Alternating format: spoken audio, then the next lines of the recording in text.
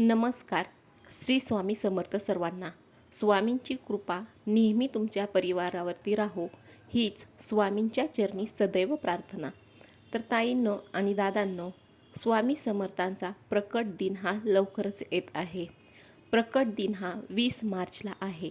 तर त्यानिमित्ताने आपण स्वामींच्या कोणकोणत्या सेवा करू शकतो हीच संपूर्ण माहिती आपण आजच्या व्हिडिओमधून पाहणार आहोत. तर व्हिडिओला स्किप न करता शेवटपर्यंत नक्की पहा. स्वामी समर्थ महाराजांचा प्रकट दिन हा 20 मार्च 2026 रोजी आहे. स्वामी समर्थ महाराजांचा स्मरण दिन हा आहे. तर श्री दत्तात्रय महाराजांचे तिसरे अवतार म्हणून अक्कलकोटचे श्री स्वामी समर्थ महाराज यांना मानले जाते. भिवू नकोस, मी तुझ्या पाठीशी आहे हे केवळ स्वामींचे आश्वासनच नाही, तर भक्तांना दिलेले अभय आहे. तसेच अशक्यही शक्य करतील स्वामी ही स्वामी भक्तांची कालातील श्रद्धा आहे. स्वामी पाठीशी नित्य असतात. हजारो भाविकांचा असा अनुभव देखील आहे. काही अनुभव आल्यानंतर स्वामी चरणांशी लीन होणारेही अनेक भक्त आहेत. तर स्वामींच्या प्रकट दिनानिमित्ताने आपल्याला कोणकोणत्या आणि कशा पद्धतीने स्वामींची सेवा करायला येईल ते आपण पाहणार आहोत. काही जण अगदी मनोभावे श्री स्वामी समर्थ महाराजांची नित्य आणि नियमित दररोज सेवा करणारे कोट्यावधी असे भाविक आहेत. स्वामींच्या मठात अक्कलकोटला जाऊन दर्शन घेणाऱ्यांची संख्याही तेवढीच आहे. जो तो आपल्या आपल्या पद्धतीने स्वामींची सेवा हा करत असतो. स्वामींचे पूजन, नामस्मरण, मंत्रांचे जप करत असतो.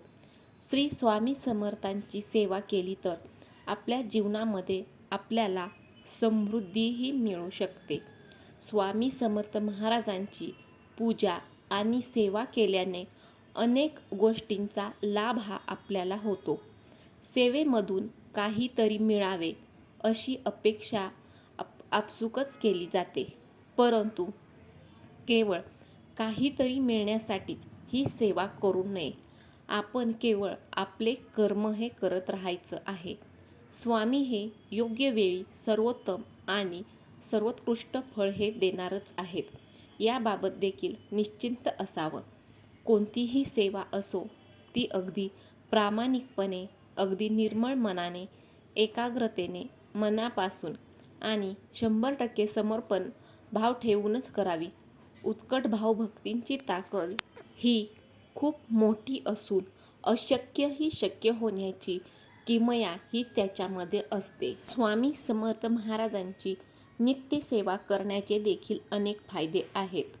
तर सर्वप्रथम आपल्याला मानसिक शांतता आणि आध्यात्मिक समृद्धी ही मिळते.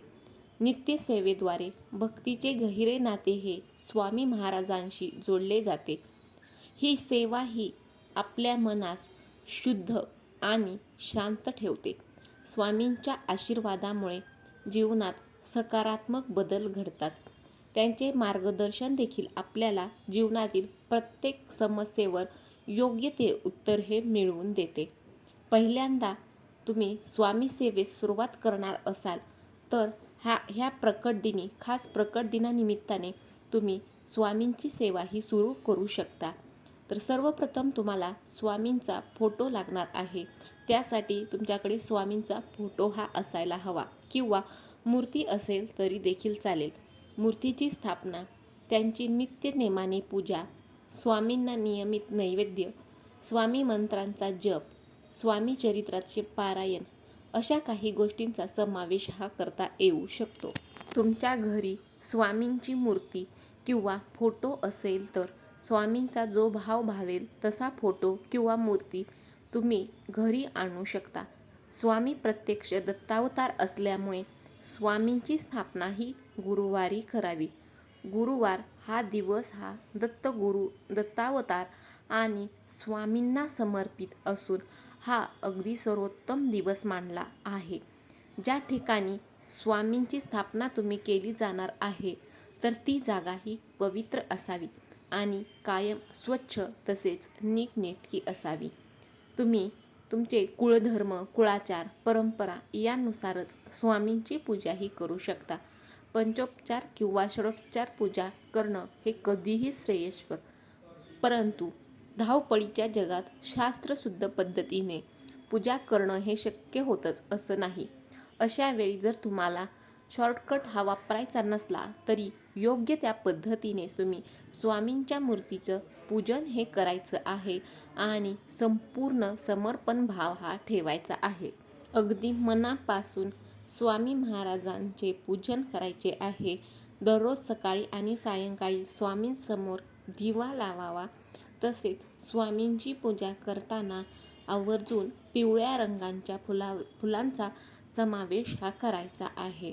तर बघा ताईंनो आणि दादांनो, स्वामी समर्थ महाराजांचा प्रकट दिन हा 20 मार्च 2026 आहे. तर या निमित्ताने स्वामी समर्थांची कृपा मिळवण्यासाठी विशेष अशी सेवा करायची आहे. दररोज सकाळी किंवा संध्याकाळी श्री स्वामी समर्थ महाराजांचा नामजप करायचा आहे. श्री स्वामी समर्थ तारक मंत्राचे पठण करायचे आहे. स्वामी समर्थ पोथीचे वाचन करा. गरिबांना अन्नदान करा.